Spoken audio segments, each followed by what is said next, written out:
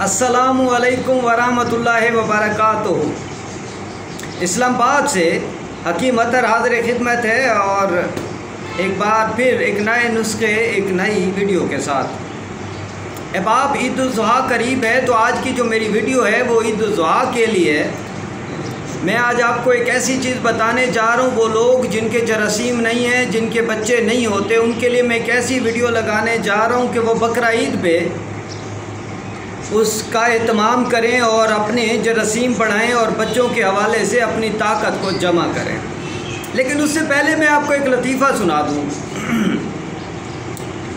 अब बात यह है कि चलो लतीफ़ा फिर अगली किस्त में, चलो इंशाअल्लाह आपको अगली किस्त में लतीफ़ा सुनाऊंगा। आज मेरे आपसे और बहुत सारी बातें करनी है। ईद उल ज़ुहा के हवाले से आपको एक चीज़ बतानी है जो आपके बच्चों के लिए इंतहाई अहम है, आपके औलाद के लिए इंतहाई अहम है। लेकिन उससे पहले अब एक बात आपसे करनी है। एक तो मेरी वीडियो को पूरा देखा करें, क्योंकि वीडियो के दरमियान में इस तरह की बातें बताता हूँ जो मैंने अपने असातिज़ा से सीखी हैं, जो मैंने हुक्मा से सीखी हैं, जो मैंने बहुत सारी किताबों के मुताले से सीखी हैं। मैंने आपको वो बतानी है, वो बताता रहता हूँ। जब आप मेरी पूरी वीडियो देखेंगे तो इंशाअल्लाह आपको उससे बहुत ज़्यादा फ़ायदा होगा। देखिए, जिस तरह शायर को आपने देखा कि मैं कभी लिख के नहीं बैठता।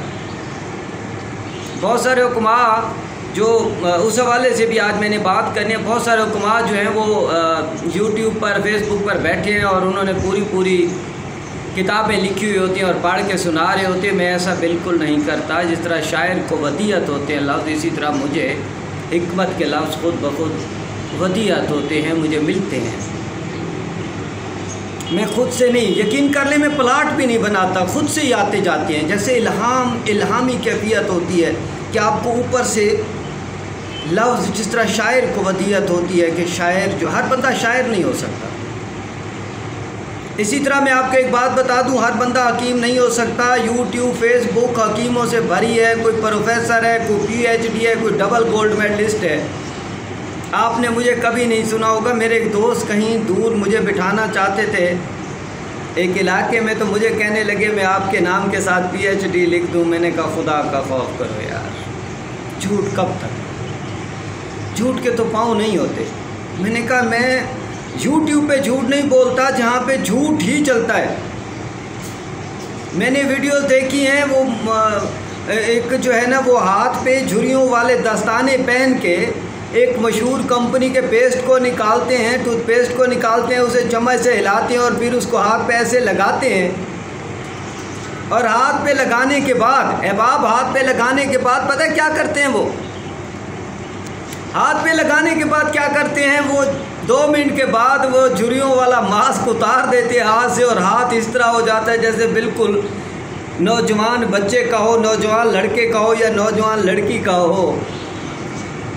2 मिनट में झुर्रियाँ ख़त्म। ये बात, झुर्रियाँ ऐसे थोड़ी पड़ जाती हैं और ऐसे थोड़ी ख़त्म हो जाती हैं। उसकी वजूहत होती हैं। आप एक टूथपेस्ट लेके उसे झुर्रियाँ ख़त्म करने जा रहे हो और हैरत हूँ, मैं हैरत के समंदर में गर्क हूँ कि मैंने देखा कि इतने व्यूज़ हैं उनके और इतने उनको लोग जो है ना वो देखने वाले होते हैं। यार ये वो कहते हैं ना कि बेवकूफ़ ना होते तो अक्लमंद भूखे मर जाते।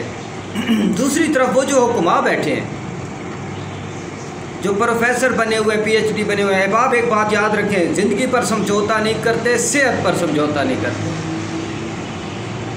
ज़िंदगी रोज़ नहीं मिलती और सेहत खुदा की इतनी बड़ी नेमत है, इतनी बड़ी नेमत है कि ये उनसे पूछें जो बीमार हैं, उनसे पूछें जो बीमार हैं। जो सेहत है ना, इसकी कदर करें। हर ऐरे गैरे नत्थु खैरे हकीम के हत्थे ना चढ़ जाएं, उनके बने हुए नुस्खे ना इस्तेमाल करें।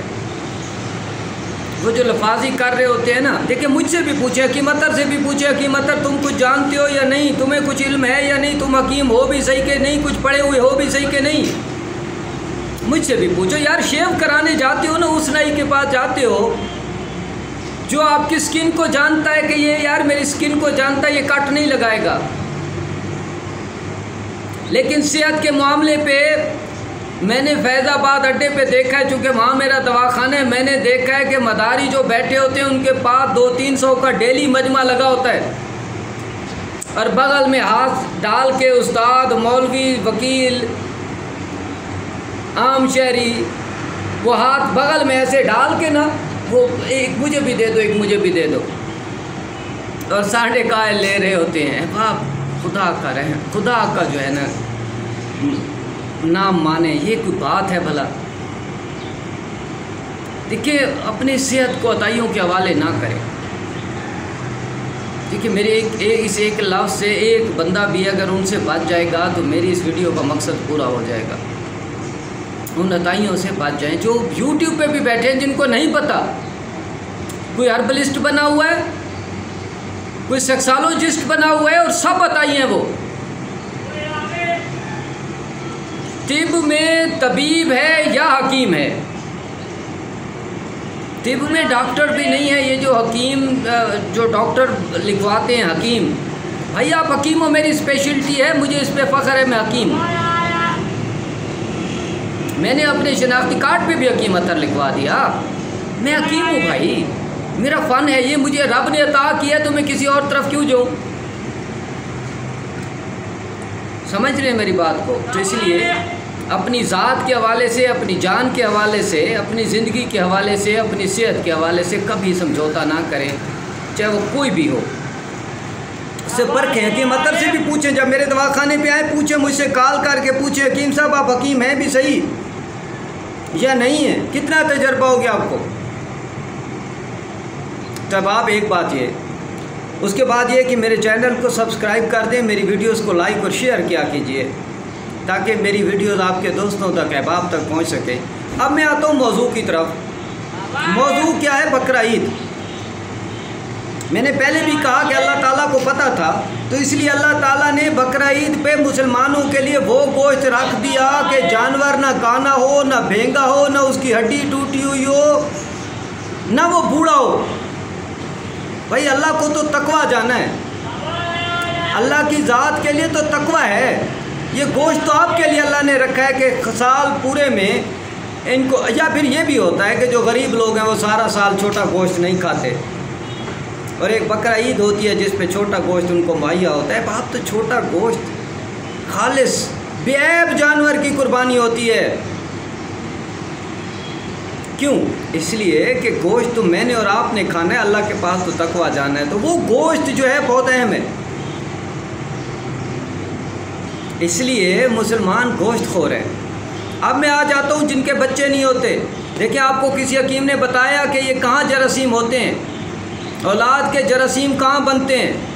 हकीम से पूछ तो लें कि यार ये जरासीम बनते कहाँ हैं? तुम जो दवाइयाँ मुझे खिलाए जा रहे हो, मेरे बच्चे नहीं हो रहे, पिछले 10 साल से तुम मुझे दवाइयाँ खिलाए जा रहे हो, मुझे बता दो पूरी बॉडी में जरासीम बनते कहाँ हैं?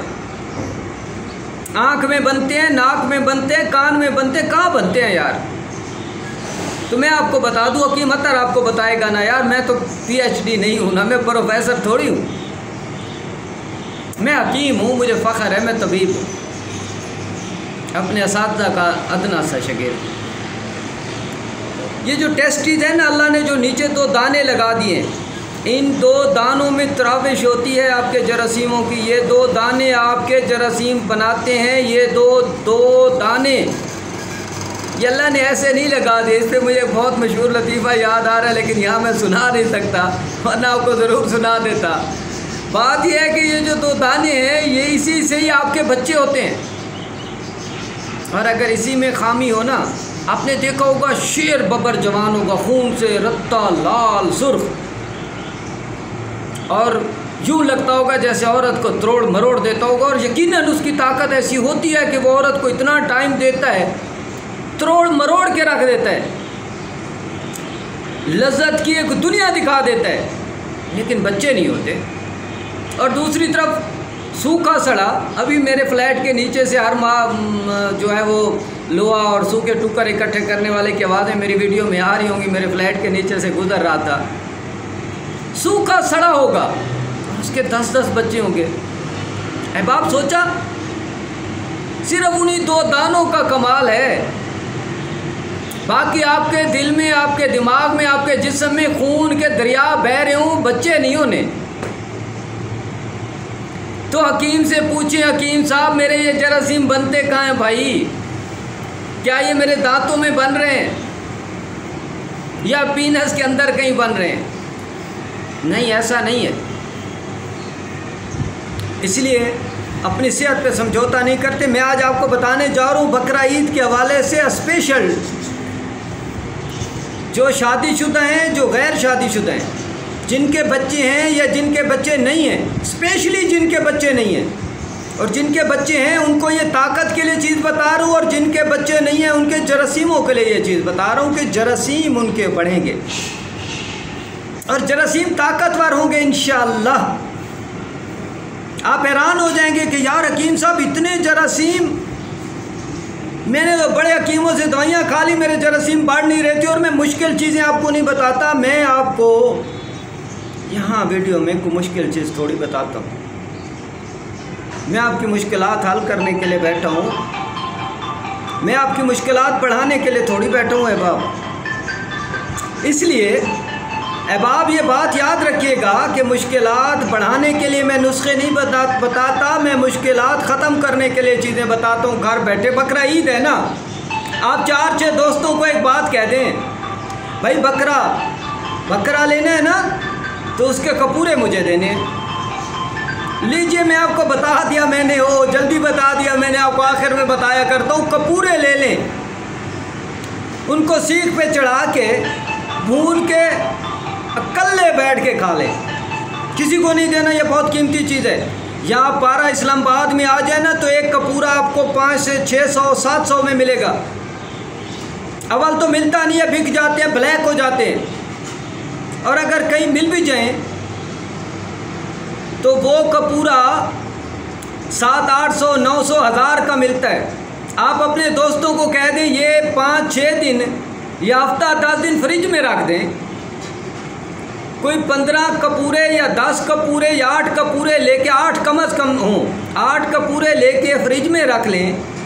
हर चौथे दिन एक कपूरा निकाला, उसके टुकड़े के छोटे छोटे सीख पे चढ़ाया, बोटियां बनाई, सीख पे चढ़ाया, भून लिया और खा ली।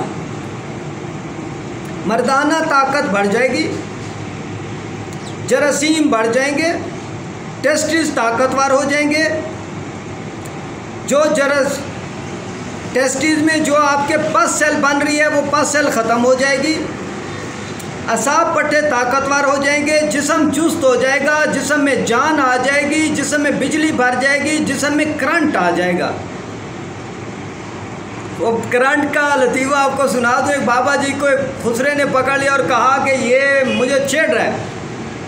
शोर पड़ा, लोग इकट्ठे हो गए। बाबा जी बोले जाए मैंने तो नहीं छेड़ा, और वो खुसरा बोले जाए छेड़ा है।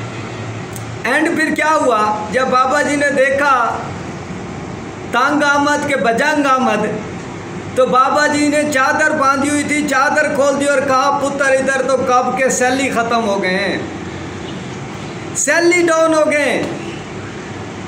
ये वो जो आपके सेल डाउन है ना, ये उन सेलों को भी ताकतवर कर देगा, जरासीम बढ़ा देंगे। आपके बच्चे नहीं हो रहे, आप 20 साल से तरस रहे हैं बच्चों की कलकारियों को, अपने घर में बच्चों की चहकार को,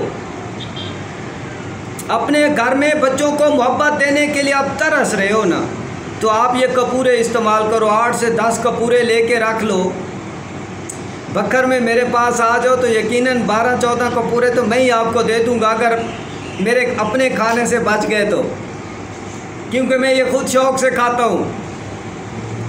अपने बुज़ुर्गों को खिलाएं, जो आपके बुज़ुर्ग हैं उनको खिलाएं,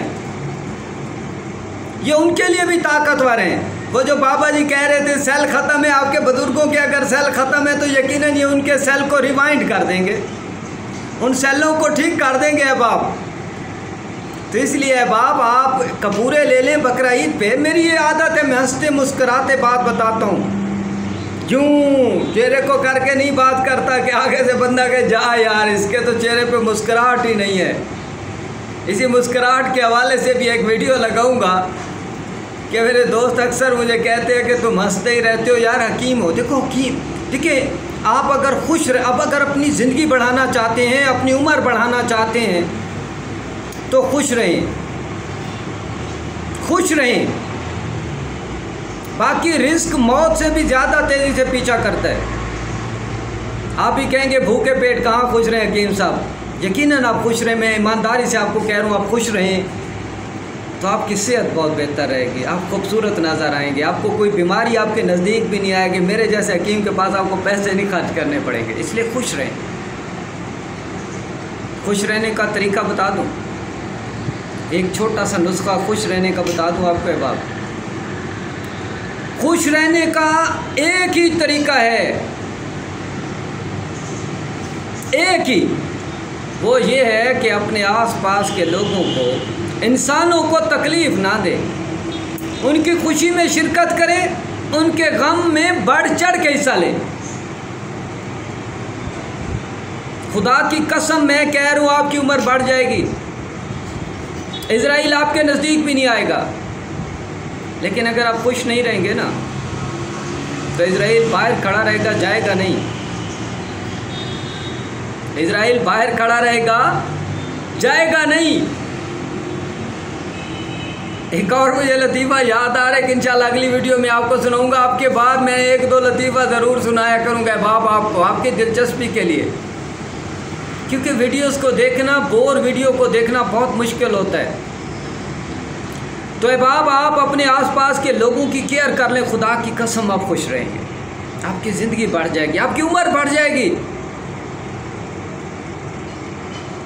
आप अगर इस्लामाबाद में रहते हैं, आप उदास रहते हैं, आप परेशान रहते हैं, पैसों के मुंशी बने हुए हैं, तो हकीम अतर के पास आ जाएं। यकीनन आप मेरे पास जितना टाइम गुजारेंगे, रिलैक्स होकर गुजारेंगे, खुश होकर गुजारेंगे, हंसते मुस्कुराते हुए गुजारेंगे इंशाल्लाह।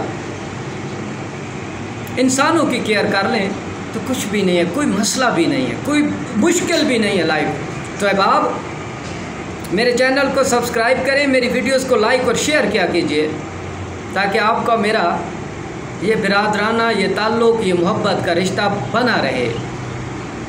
अताइयों से बचते रहें, मोहब्बतें बांटते रहें। हकीम लुकमान से किसी ने पूछा था कि इलाज क्या है, तो उन्होंने कहा मोहब्बत दो। उन्होंने कहा मोहब्बत दो।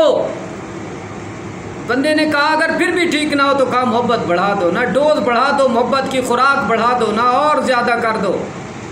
ये कल परसों एक दोस्त ने पोस्ट लगाई, थोड़ी सी उम्र है तो लोगों की मिन्नतें करते क्यों गुजारें। मैंने कहा आजिज़ी के बारे में आप सल्लल्लाहु अलैहि वसल्लम ने फरमाया कि आजिज़ी से अगर तुम्हारा कुछ जाता है तो क़यामत वाले दिन मुझसे ले लो, जिसको सरकार दे दें उसे किसी और चीज़ की ज़रूरत है। आजिज़ी इख्तियार करो अहबाब, आजिज़ी सबसे बड़ा तोहफ़ा है खुशी के लिए। कोई आप दरगुजर करो, कोई आपको कुछ भी कह जाए, नेकी कर दरिया में डाल मट्टी पा। हकीम अतर को अपनी दुआओं में याद रखिएगा। एक नई वीडियो, एक नए मौजू, एक नई दुआ, एक नई बूटी, एक नई मोहब्बत और एक नए खलूस के साथ मुलाकात होगी। अपने आसपास रहने वाले लोगों का ख्याल कीजिए, मोहब्बतें बांटिए अपने लिए, अपनी फैमिली के लिए, अपनी सेहत के लिए। वस्सलामु अलैकुम वरहमतुल्लाहि वबरकातुहू।